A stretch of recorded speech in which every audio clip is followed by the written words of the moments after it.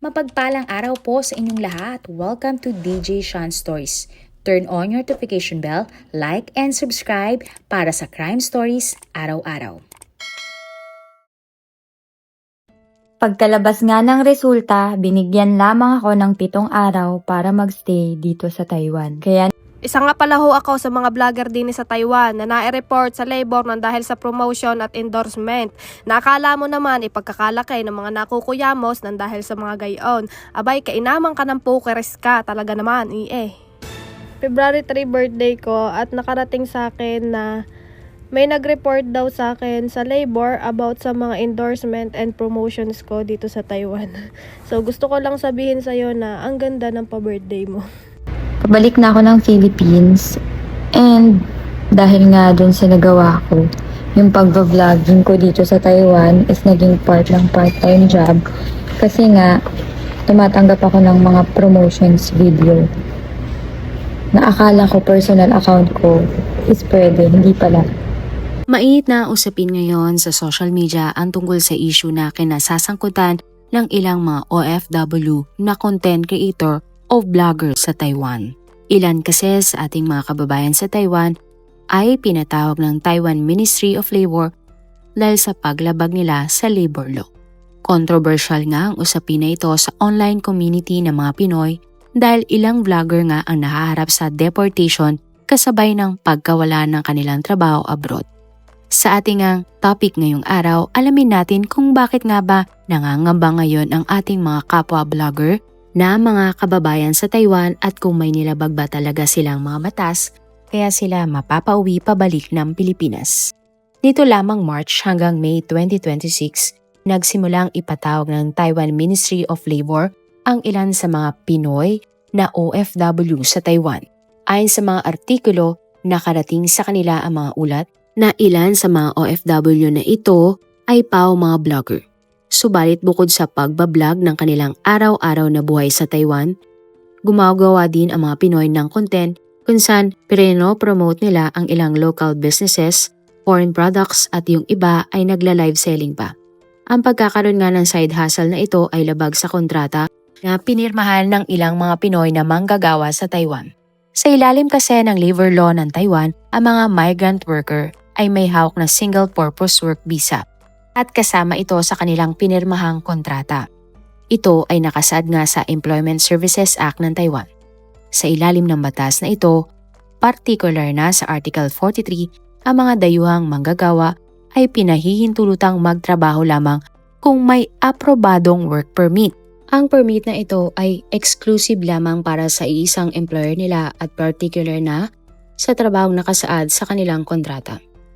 Ibig sabihin ang anumang uri ng side hustle, commercial promotion o pagtanggap ng talent fee at komisyon habang nasa Taiwan ay itinuturing na illegal na pagtatrabaho at breach of contract. Sa madaling salita, wala namang mali sa pagbablog o paggawa ng mga content ng ating mga kababayan sa Taiwan.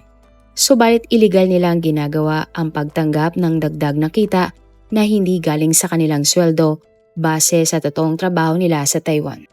Unang-una, katulad na lamang ang pagpopromote ng mga lokal na negosyo o yung tinatawag na paid partnerships. At base nga sa investigasyon ng Ministry of Labor, maraming vlogger ang binabayaran ng mga Pinoy o lokal na may-ari ng kainan, grocery at remittance center sa Taiwan upang gawa nila ng food review o video feature para dumagsa ang mga customers sa kanilang mga negosyo. Pangalawa, ang monetization. Ang pagkita nga ng pera sa pamamagitan ng pagmomonetize ng iyong YouTube, Facebook o TikTok habang ikaw ay nagtatrabaho sa Taiwan ay itinuturing ding illegal na pagtatrabaho o unpermitted side income. At ilan nga sa mga Pinoy vloggers sa Taiwan ay monetize ang kanilang mga page o account. Pangatlo, mga lokal na pasyalan o resort na pag-alaman din na tumatanggap din ang mga Pinoy vlogger na ito ng libre umanong accommodation o talent fee kapalit ng pag-e-endorso nila ng mga pasyalan sa kanilang mga video. Pang-apat, live selling. Bukod sa paid promotion, natuklasan din ng Ministry of Labor na may mga OFW content creators ang nagla-livestream sa Facebook at TikTok upang magbenta ng mga mamahaling ginto, sapatos at pampaganda. Panglima, pagbebenta ng pagkain. May mga OFW na nagbebenta nga ng mga lutong bahay tulad ng kakanin, ulam at cake online. Bukod sa labag ito sa work visa, lumalabag din sila sa health code regulation ng Taiwan dahil wala naman silang kaukulang business at sanitary permit para nga magtinda ng mga pagkain. At higit sa lahat, paggamit ng affiliate links at brand sponsorships.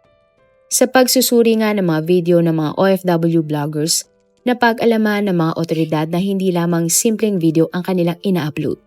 Ayon sa investigasyon, naglalagay sila ng mga affiliate links sa bawat video na kanilang pinupost. Sa paglalagay nga ng mga link mula sa Shopee Taiwan o iba pang online shop, kumikita sila ng komisyon sa bawat click o kikita sila kapag bumibili ang mga followers nilang nag-click sa kanilang affiliate links. Dagdag pa dyan ang pagre-review at pag-promote din ng mga OFW ng mga bagong cellphone, power bank o accessories mula sa mga sponsor na nagpapadala sa kanila ng pera o libreng produkto bilang kabayaran. Ang katanungan nga ng lahat, paano nga ba ito nalaman ng Taiwan Ministry of Labor? Sa forum-style website na Reddit, usap-usapan ang tungkol sa mga paglabag na ito ng mga Pinoy. Lumabas sa discussion ng Reddit OFWs na marami sa mga vlogger na ito ay sinumbong mismo o nireport pala ng mga kapwa nila Pinoy sa Labor Department ng Taiwan o ang tinatawag na mass reporting. Sa mga online communities nga ng mga Pinoy, tinatawag itong crab mentality o inggitan, kung saan ang mismong kapwa Pinoy mo pa o kapwa mo Pilipino ang hihila nga sa iyo pababa o kababayan pa mismo ang magpapahamak sa iyo. Napag-alaman din na ang ibang Pinoy sa Taiwan ang siyang nag-compile ng mga ebidensya laban sa mga sikat na vlogger. Ang pagsumbong nga sa Ministry of Labor ay hindi ganun kasimpleng proseso. Ayon sa isang Reddit user, dapat mabigay ng Pinoy na nagsumbong ang lahat ng detalye tulad ng pangalan, bank transfer evidence, kopya ng kontrata at kopya ng malinaw na video ng vlogger na gumagawa umano ng sideline. Dahil kung kulang-kulang ang hawak na ebidensya ng isang nagsusumbong, hindi siya papansinin ng Ministry of Labor. Ayon pa sa online discussions, ang mga nagre-report na Pinoy ay nagsisend ng screenshot ng paid promotion ng mga OFW vloggers sa Taiwan sa reporting portals ng bansa. At dahil sa mass reporting ng ibang Pinoy, na-ban o na-restrict ang mga account ng mga vloggers na ito. Ito ang dahilan kung bakit marami nga sa kanila ang nawala ang kanilang main page o napilitang gumamit ng mga backup accounts habang inaayos ang kanilang mga restrictions. Napag-alaman din na gumawa ang mga nagsumbong na Pinoy ng mga trends sa platform tulad ng Reddit OFWs at TikTok exposed video kung saan ibinubunyag nila ang mga illegal na side hustle ng mga vlogger na mabilis namang nakarating sa kaalaman ng mga otoridad. At dahil nga sa sumbong, nagkaroon ng mahigpit na cyber monitoring ang Taiwan Police at Ministry of Labor sa mga online platforms upang malaman kung sino ang mga OFW na lumalabag sa kanilang visa at labor regulations. At matapos nga ang investigasyon, nakumpirma ng Ministry of Labor na may pagkakamali nga ang ilan sa ating mga kababayang vlogger. Bukod sa mass reporting o sumbong ng kapwa mga Pinoy, napatunay ang paglabag ng mga sikat na vlogger dahil sa pagsusuri ng kanilang mga bank account. May mahigpit na patakaran sa Taiwan kung saan ang bank account ng isang migrant worker ay nakaalaan lamang para sa opisyal na payroll o sweldo nila mula sa kanilang mga pinagtatrabahuhan o amo. Nang makita nga ng mga otoridad na may pumapasok na ibang pera sa bank account ng mga OFW vlogger, naging malaking red flag ito. Isang patunay na hindi rehistrado ang natatanggap na dagdag na kita ng mga Pinoy at isang uri nga ng tax evasion. Matapos nga ang investigasyon, formal lang kinasuhan ng ating mga kababayang may sideline tungkol nga sa paglabag nila sa Employment Services Act ng Taiwan. Ang mga napatunayang tumanggap ng kita dahil sa side hustle ay pinagmulta ng mga otoridad. Ito ay nagkakahalaga ng tinatayang 55,000 hanggang 275,000 pesos na kailangan nilang bayaran bago sila payagang umalis ng Taiwan. Otomatikong kinansela ng Ministry of Labor ang work permit ng mga napatunay nagkasala. Dahil dito napilitan din ang kanilang mga employer o kumpanya na tapusin o i-terminate ang kanilang kontrata upang hindi madamay ang kumpanya sa mga legal na parusa mula sa kanilang gobyerno. Part-time job kasi nga tumatanggap ako ng mga promotions video.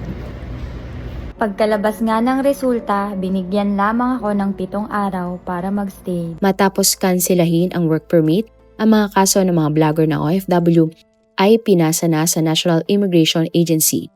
Binigyan sila ng utos na lisanin ang Taiwan sa loob ng limitadong araw. Ang pinakamabigat nga na epekto ay ang pagka-blacklist sa kanila sa Taiwan. Lahat ng mga OFW vlogger na na-deport dahil sa isyong ito ay pinagbabawalan ng muling makapasok o makapagtrabahong muli sa Taiwan sa loob ng ilang taon. Ito ay karaniwang 3 hanggang 5 taon, permanente ng ban depende sa hatol sa kanila. Ilan sa mga nag-viral nga na OFW na content creators na nasangkot at inimbestigahan ay sina Nika Carino, Lena Velasquez, Revo at Bax in Taiwan. Iba't iba nga ang karanasan ng ating mga kababayan hinggil sa kinakaharap nilang pagsubok. Sa huling post nga ni Bax ni Taiwan ng May 14, siya ay nagpaalam na sa kanyang mga followers at sinabing yun na ang kanyang huling post. Ayon nga sa OFW, nagsimula siyang maging vlogger upang makaiwas sa kanyang homesick at pagod na trabaho. Sobrang saya nga ni Bax na may nakapansin na sa kanyang mga content. Kaya naman sa tuwing uwi si Bax sa dorm kahit pagod na siya sa trabaho, excited siyang gumawa ng mga content dahil alam niyang nakakapagpasaya siya ng ibang tao. Sinabi nga din niya na sobrang natutuwa siya kapag may ilang mga Pilipinong nakakilala sa kanya at nagpapapicture.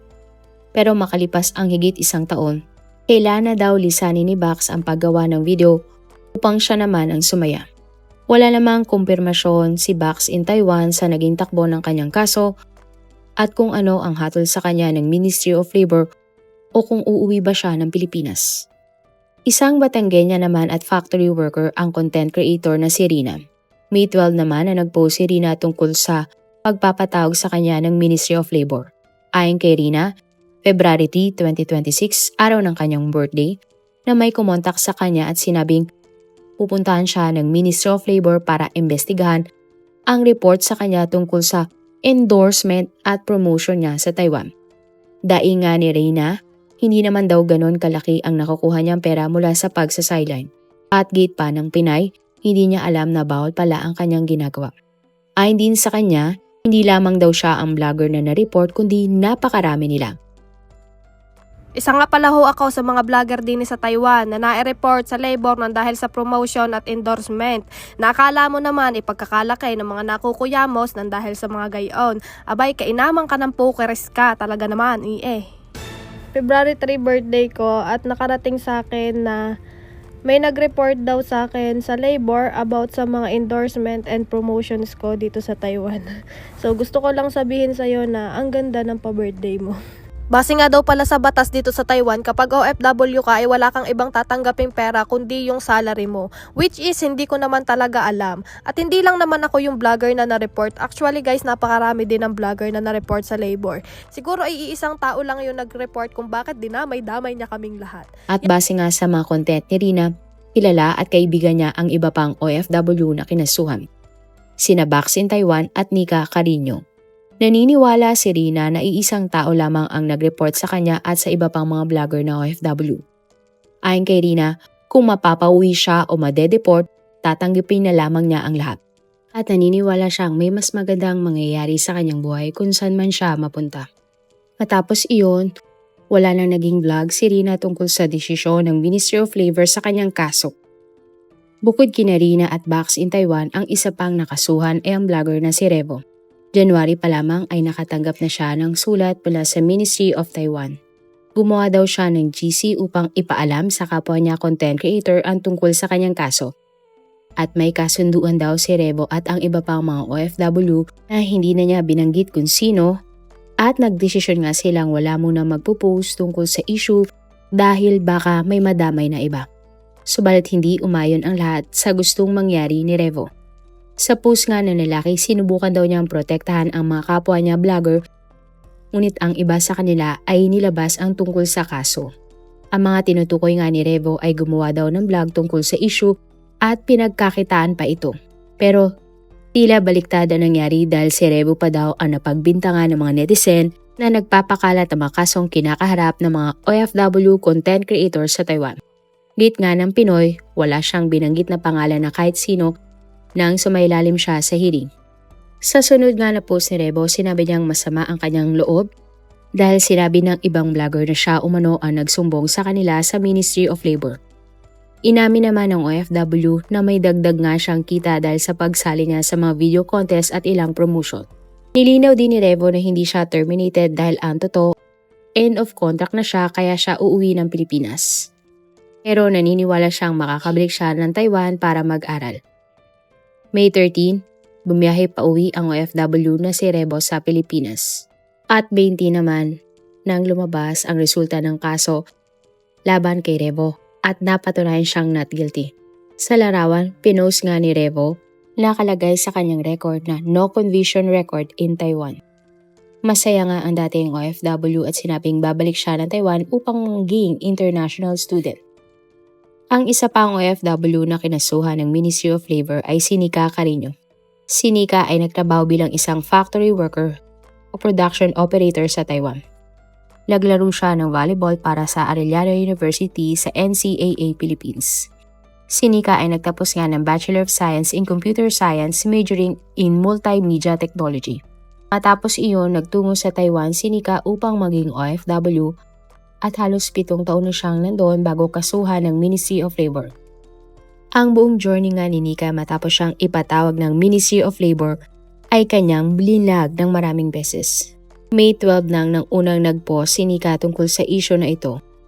Ayon kay Nika, tinek siya ng kanyang coordinator na meron daw nag-report sa kanya na siya ay nagpo-promote ng mga produkto sa Taiwan at March 16 nang unang beses siyang umattend ng hearing. Isa-isa daw sinagot ni Nika ang mga ebidensya na prenesenta sa kanya ng ahensya. Sinabi kay Nika ng mga kawani ng Ministry of Labor na ang dapat lang niyang matanggap na pera ay pera mula sa kanyang sahod sa Taiwan. At May 9, 2026, nang lumabas nga ang hatol kay Nika at siya ay napatunayang guilty. Agad siyang tinerminate ng kanyang pinagtatrabahuhang kumpanya. Terminated na ako. And syempre nalulungkot ako kasi hindi naman to yung naiisip ko or nai-imagine kong end ng journey ko dito sa Taiwan. Pero I know na nag-close tong door na to. Wala, naiyak ako. I know na nag-close tong door na to. Kasi merong bigger opportunity na darating. Malungkot nga ang Pinay dahil hindi daw yon ang katapusan na kanyang inaasahan. Ayon kay Nika, aminado siya sa kanyang pagkakamali at miski anong sabihin niya kung bakit siya nag-promote, kailangan niyang harapin ang parusang pinataw sa kanya. Naniniwala nga ang Pinay na may mas malaking oportunidad na iintay sa kanya maski nagsara na ang pinto niya para sa Taiwan. Kalaunan, nabura naman ang Facebook account ni Nika. Pero gumawa ang vlogger ng bagong account kung saan niya pinupost na nakauwi na siya pabalik ng Pilipinas. Pero sa kanyang serye ng vlogs, binigyan din ni Nika na hindi na mahalaga kung sino ang nagsumbong o kung saan nag-umpisa ang issue na ito. Ngunit sa kabilang banda, si Nika ay naging paksa ng mga diskusyonan sa mga online forum dahil sa di umano'y hidwaan o galit ng ibang kapwa Binoy vlogger sa kanya. May pangamba nga ang ilang content creators na ang naging aksyon o galaw ni Nika online ay posibleng nagdulot ng damay-damay effect sa iba pang nagbablog sa Taiwan. Inakusahan nga ng netizen na kay Nika daw nag-umpisa ang lahat kaya maraming vlogger ang napatawag ng labor. Sa kabila nito, hindi hayagang pinangalanan ng Ministry of Labor ang eksaktong tao o mga individual na nag-report sa mga OFW vlogger sa Taiwan Ministry of Labor. Ang nangyari nga kay Nika at sa iba pang OFW vlogger ay magsilbi sanang paalala sa mga Pinoy content creators sa Taiwan. Na bagamat pinapayagan ang pagbablog para sa personal life o katuwaan, mahigpit na ipinagbabawal sa bansang Taiwan ang pagkakitaan ito o pagtanggap ng mga paid endorsement kung saan ang visa lamang nila ay para sa kanilang pinirmahang kontrata o trabaho. Ang kasong kinasasangkutan ng ating mga kababayan ay mahalagang babala sa lahat ng OFW abroad na laging alamin at sundin ang batas sa bansang kinaroroonan. Pag basta-basta papasukin ang extra income kung hindi ka sigurado kung pwede ba ito sa bansa kung saan ka naroon. Upang nga hindi masayang ang iyong visa o trabaho. Tandaan, may mga ibang bansa nga na nire-require nila ang pagkakaroon ng visa o permit para lang sa pag-vlog. May mga bansa din katulad ng China na hindi basta-basta pwedeng makapag-vlog sa ilang mga platforms.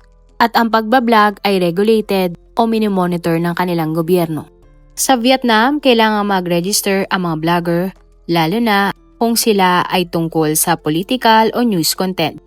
Sa Russia naman, ang bansa na may mga matataas na mga following ay kailangan mag-register sa kanilang gobyerno tungkol sa kanilang pagbablog.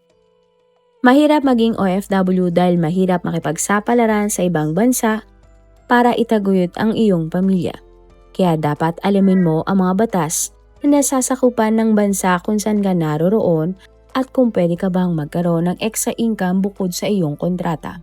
Pero kung ikaw ang tatanungin, sino kaya ang nagsumbong sa ating mga kababayan nagbablog na naghahangad lamang ng dagdag kita para sa kanilang pamilya? Pero ayon nga sa ilang mga comment, posibleng ang ilang mga kumpanya o kalaban ng mga kumpanya na pre-promote ng mga vlogger na ito ang nagsumbong mismo sa Ministry ng Taiwan. Marami pong salamat sa inyong panonood. Meron ba kayong mga kwento na gusto nyong i-share sa ating mga manonood? O kung may personal po kayong kwento na gusto nyong i-feature sa ating channel, i-comment down below nyo lang ang inyong mga suggestions.